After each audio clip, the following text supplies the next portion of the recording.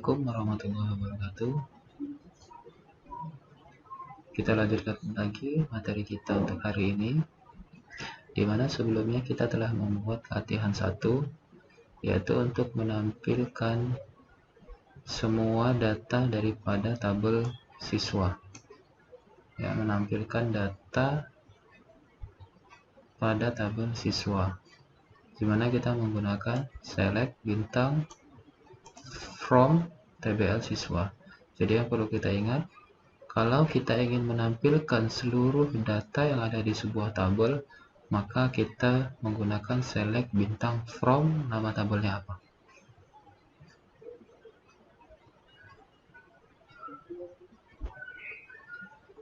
Nah, di pertemuan hari ini kita akan melanjutkan materi kita, namun tetap kita akan menampilkan tabel siswanya secara keseluruhan. Bedanya yaitu kita akan menggunakan sebuah function nantinya.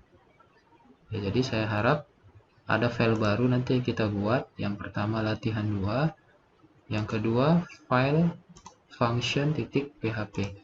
Jadi latihan 2.php dan function.php. Jadi latihan 1 ini kita copy paste semuanya. Ya, copy paste semuanya, kemudian pindahkan ke latihan 2. Ya, kemudian pindahkan semuanya ke latihan 2. Kenapa? Karena tampilannya nanti sama seperti latihan 1. Jadi bedanya nanti adalah koneksinya bagaimana. Nah, setelah di copy, kita masuk ke function.php. Nah, kita akan membuat sebuah function koneksi. Nah, jadi sebelumnya, kalau file tersebut hanya PHP tanpa ada HTML, maka yang muncul nanti, jadi jangan kaget ketika tidak ada tanda tanya di bawahnya. Jadi, misalnya dicontohkan, misalnya PHP. Nah, biasanya ini ada tanda tanya di belakang. Tapi karena file tersebut hanya file PHP saja, maka ketika kita ingin membuat file PHP saja, maka dia secara otomatis akan hilang. Ya, secara otomatis akan hilang. Jadi tidak usah panik. Ya, saya harap tidak usah panik. Baik, kita lanjutkan. Kita akan membuat function PHP. Yang pertama kita buat function koneksinya. Ya, yang pertama function, kemudian kita nama functionnya adalah koneksi. Jadi ini bebas ya, functionnya jenis apa. Jadi di sini kita buat function koneksi yang lebih mudah. Kemudian return, kemudian MySQLi connect localhost root, passwordnya kita kosongkan, kita panggil nama database-nya apa. Setelah itu kita buat function query-nya. Jadi sama dengan latihan 1 yang sebelumnya. Nah, jadi kita buat query. Nah, di sini kita buat function query-nya.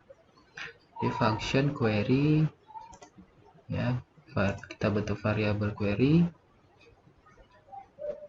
Kemudian variabel count sama dengan koneksi. Kemudian result sama ya, sama seperti yang kemarin, result SQL query, kemudian variabel count, koma variabel query.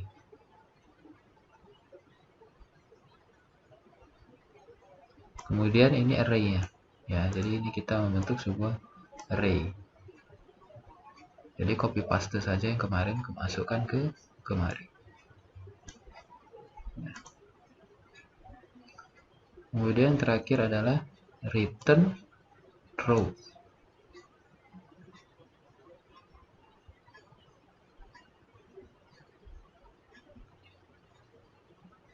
Nah, setelah kita membuat function PHP, maka kita kembali ke latihan 2.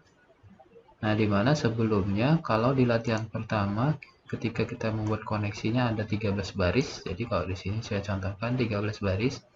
Nah, di latihan kedua, kita hanya membutuhkan 4 baris saja, di mana kita akan memanggil function daripada PHP. Nah, jadi kita menggunakan require, kemudian function titik PHP. Kemudian kita memanggil query-nya. Jadi variabel siswa, query.